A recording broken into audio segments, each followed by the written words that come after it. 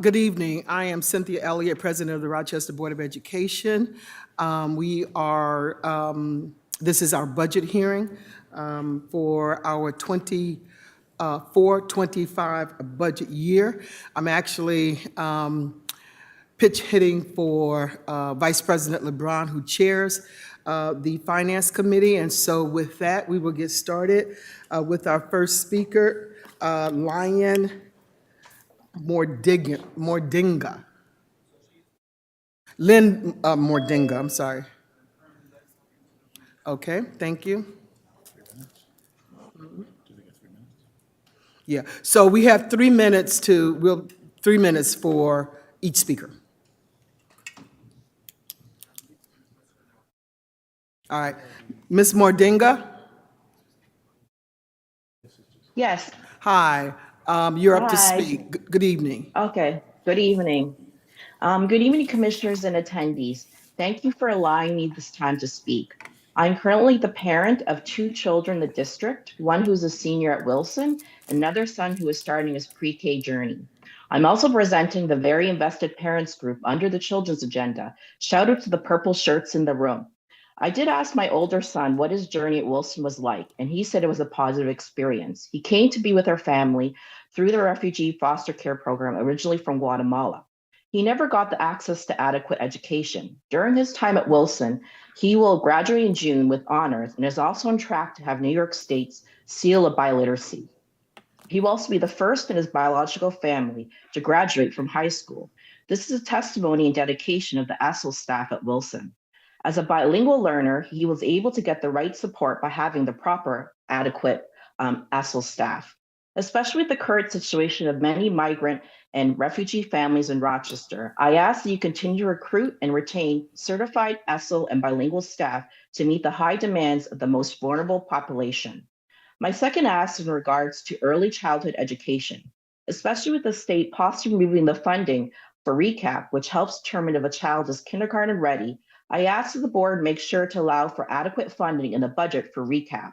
As we all know, the statistics show that giving the right foundation for a child's success early on in life will help alleviate future academic challenges in the future. My third ask is for the need for special education. My son Timothy will be starting pre-K in the district in September as a preschooler classified with a disability. As a parent, I'm concerned he will just be another number, and I do not want him or other families who need special education services to fall through the cracks. Though I know pre-K is a state-funded program, I'm asking that you allow for more adequate staffing within this district to meet these high demands. Also, having adequate staffing will also allow for IEP evaluations to be done in a timely manner, and IEPs need to be done in order for a special education student to thrive. My last ask is that the board set priorities for a greater urgency, especially for the RCSD attendance crisis.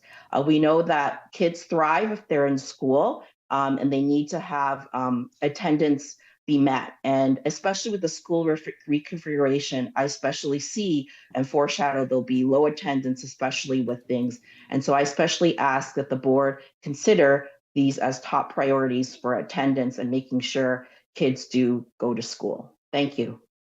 Thank you, Ms. Mordinga. The next speaker is Melissa Rodriguez Meehan. Yes. Good evening. Okay. Ooh. All right. Good evening, commissioners. My name is Melissa Rodriguez Meehan, and I am a new resident to Rochester, RCSD parent and early childhood professor. Prior to moving here, I researched various school districts, and RCSD stood out to me. The amount of programming and opportunities available for students was very impressive. As you move forward with budget adoption and future budget allocations, I hope that you prioritize student-centered activities and opportunities that provide enrichment while also enhancing each individual child's development. This can only be done when we meet students where they are, provide more support for teachers, remove barriers to learning, and continue to support and expand the amazing programs such as nature-based learning, dual language, inquiry-based learning, and programs that prioritize student voice and choice. emphasizing that yes, while academic achievement is important, joy is often an integral part of the learning process. Asking teachers and administrators to do more with less is not prioritizing students. It is unfair and it is unsustainable. With uncertainty and instability associated with the superintendency and reorganization, I urge you to reconsider cuts to school budgets that will directly impact the fantastic programming that they offer now and in the future. Thank you. Thank you, Ms. Rodriguez, ma'am. The next speaker is Stephanie Krauss.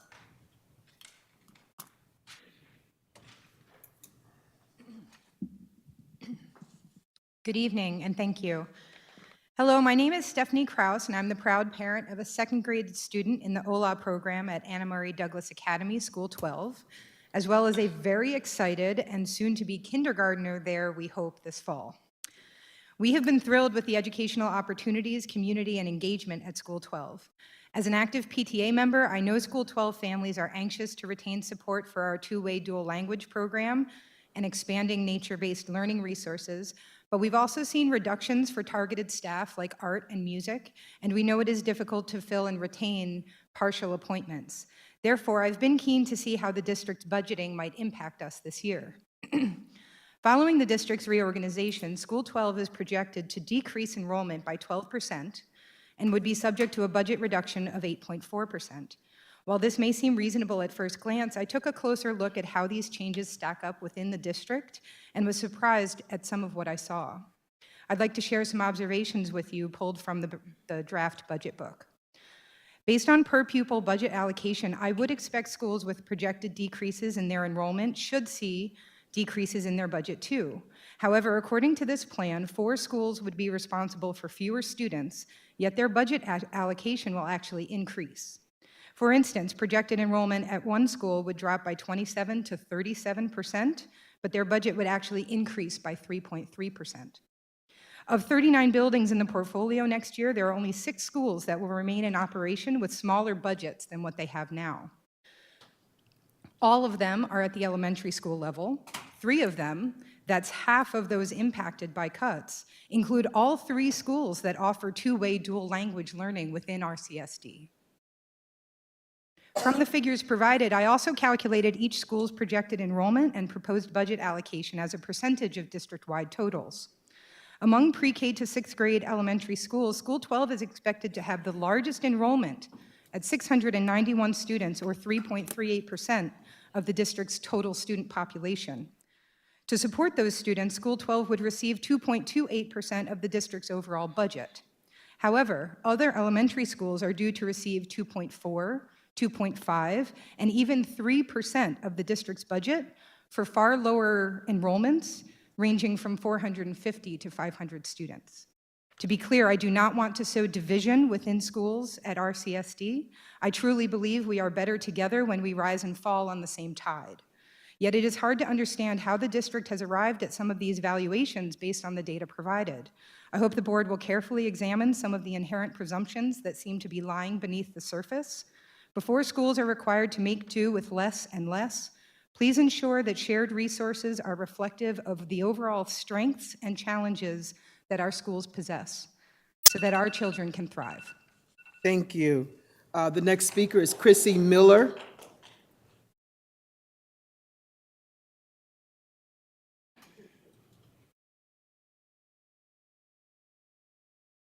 Hi, my name is Christy Miller. I am a. Ms. Miller, can you talk more into the mic, please? My name is Christy Miller. I am a proud mother of a student from school number 29. I'm here, first of all, to say to Superintendent Peluso, thank you for your great work so far, but we want to see more done through our mental health. Some of the schools has services, have programs in mental health in their schools, but it's not all of the elementary schools. We need to see more support for all of our elementary students, starting with the pre-K all the way up. We need to see more workers come in to work with our students because right now they are suffering. And nobody is not looking at the resources of our little ones. They're only looking at the resources of middle school and high school. And we need more across the borderline. We need to be on point across the borderline from elementary all up to high school. Because if you start from the elementary resources, it will be better. When we have the help for our children, it will be better. So when they go into a middle school, they still have the resources to help them through from middle school all the way to high school. I would like to see a little bit more, I can't say a little bit, I'd like to see more done. Because our babies is suffering, and that's not fair to them and to their families. Because we don't know what's going on behind closed doors in their home, but they bring it into the school system. And we need to see more done. As a parent, I witnessed a lot. And we need to see more done. If we don't see more done, when they come out of elementary into the middle schools, it's going to be hard for all the teachers and everybody to hold the children responsible and try to help them get the services that they need. If we don't do that, it's going to crash these kids for failure. And we need to get the help that the children really deserve, that they should get. If we don't, I just feel so sorry for all the other teachers and all the other staff members in middle school and high school. Thank you. Thank you, Ms. Miller. The next speaker is Israel Julia.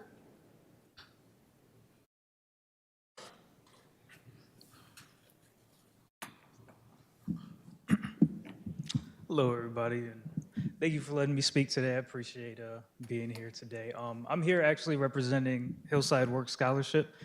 I was actually in the Rochester City School District and graduated back in 2015 from Joseph C. Magna High School. I was a part of the Hillside Work Scholarship program up until I graduated. I think it's just important to really acknowledge and recognize the effect and the impact that programs like the Hillside Work Scholarship Program or any other youth development program really has on the youth and on students. I think, when we look at, it's bigger than and it's more important than just, graduation and, getting through school and going to college and, that's it. I think these programs really stress the importance of a future and creating experiences and moments for students. When I look at like all the students like myself, or all the kids like myself growing up, and when I was growing up, I think about how that lack of motivation and that lack of push and guidance that we had, depending on the home that you grow up in, if you don't have any figures in your life that are really pushing you. These programs are where, those programs that come in and really help, and they guide and they push to be that motivating factor for a lot of students that don't have it at home and can't get it at home. They have parents that are working. They have, at school, they have the teachers that are, assigned to do their job. Their math teachers are supposed to be their math teachers. Where else are they going to get that additional support? Where else are they going to get that assistance and that guidance and that push? And it's going to come from programs like this, and it's going to come from the advocates and the mentors, and those are the people that help me and help push me through school. Without the Hillside Work Scholarship Program, I wouldn't be in a position that I am right now, to where I can do a 360 and, possibly provide job opportunities for other students right now and work with them and work with them for mock interviews and job readiness and getting them prepared for their futures and for their career paths. And I think we don't look often at those factors. I think we think about the numbers and we think about graduation rates, but are we actually thinking about the career paths that they could possibly take? Are we thinking about just the experiences that they want to create? Going on field trips, doing things that they've never gotten the chance to do, going out of state, traveling, and participating in group activities and group sessions, trainings. And I think, like I said, I think it's bigger than the numbers. It's bigger than just graduation. It's bigger than college, than high school. I think it's just their overall future and the impact that they could have. And, eventually it's going to be a 360 for everyone. If we push these kids the right way and we push them in the right direction. With programs like this, I think, it has that everlasting effect to where they can do the same once they get in that position. So, thank you. Thank you, Mr. Julia. The next speaker is Carmen Torres.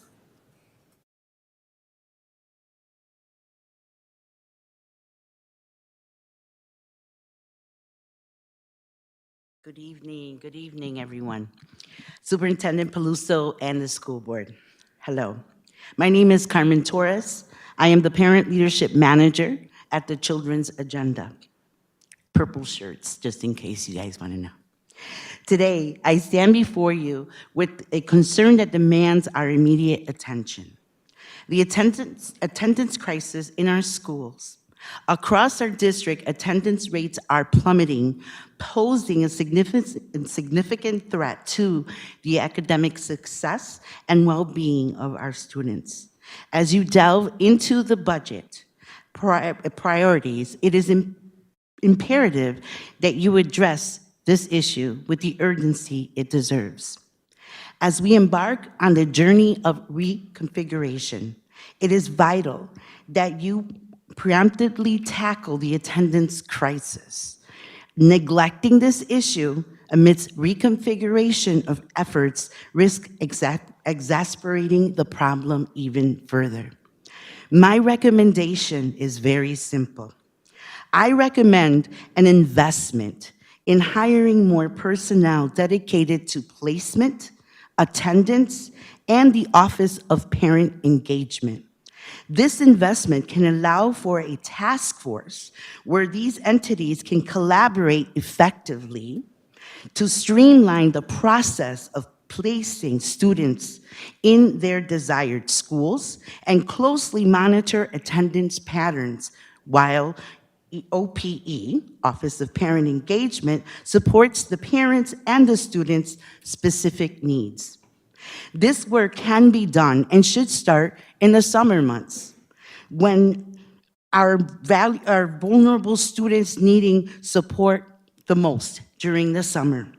As you well know, our students often struggle with mental health issues, and I urge you for the allocations of more funds towards expanding the telehealth program, services, and mental health satellites to provide our scholars with the crucial support they deserve year-round. Before concluding, the Children's Agenda's parent advocates would like to thank Dr. Peluso for his unwavering dedication to our children, families, and community. Your exemplary work has not gone unnoticed. And while your departure will be felt deeply, we wish you the best in your future endeavors at Churchville Chi-Line. As we move forward as a community, let's focus on prioritizing attendance, supporting mental health initiatives, and ensuring the success of every scholar in our district. I leave you the results of our parent priorities based on the coming school year's budget. This is what the parents want, and I have it all here. Who do I give this to? Thank you. Thank you. And the last speaker is Iman Scanlon.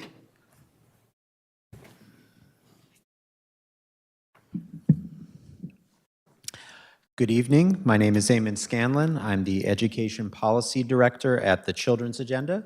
The Children's Agenda is a small nonprofit advocacy organization that partners with parents and caregivers in Rochester to improve the health, education, and well-being of children through policy change.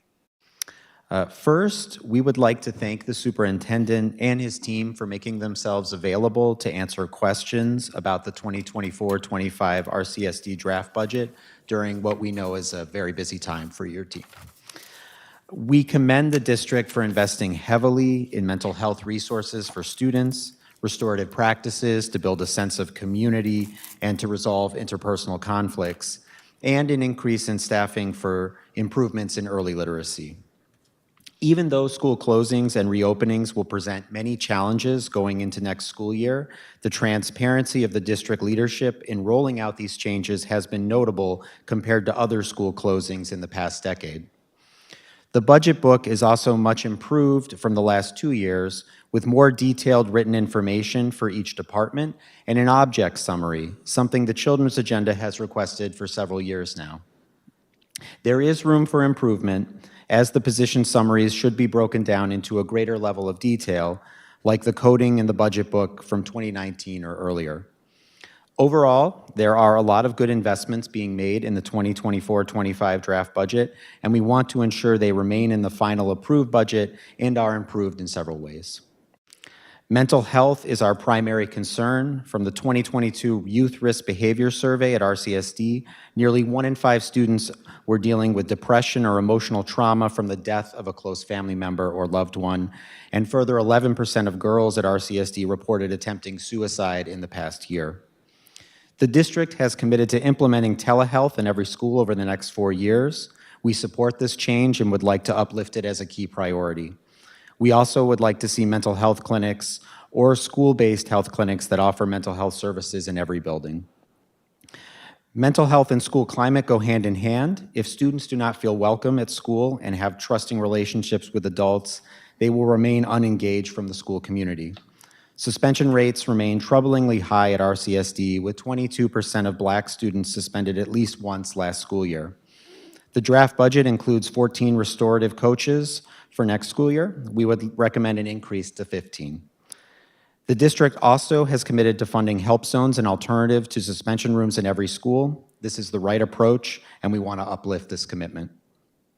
Students with special needs must be evaluated in a timely manner with the proper staffing and trainings to hold timely CSE meetings. The third annual report on the consent decree from February of this year showed 6.5% of Committee on Special Education meetings were overdue last year. If 6.5% of meetings are overdue, there must be a plan to increase capacity or efficiency by 15%. We didn't get to talk about chronic absenteeism, but I will submit my testimony. All right, thank you. And that, let me just acknowledge Vice President LeBron, who's just come in, but that concludes, a couple of things. One is the next, the first budget deliberation, it was originally scheduled for April 17th, has been moved to, so the first budget deliberation is going to be April 23rd. Thank you, and that concludes this public hearing. You're welcome.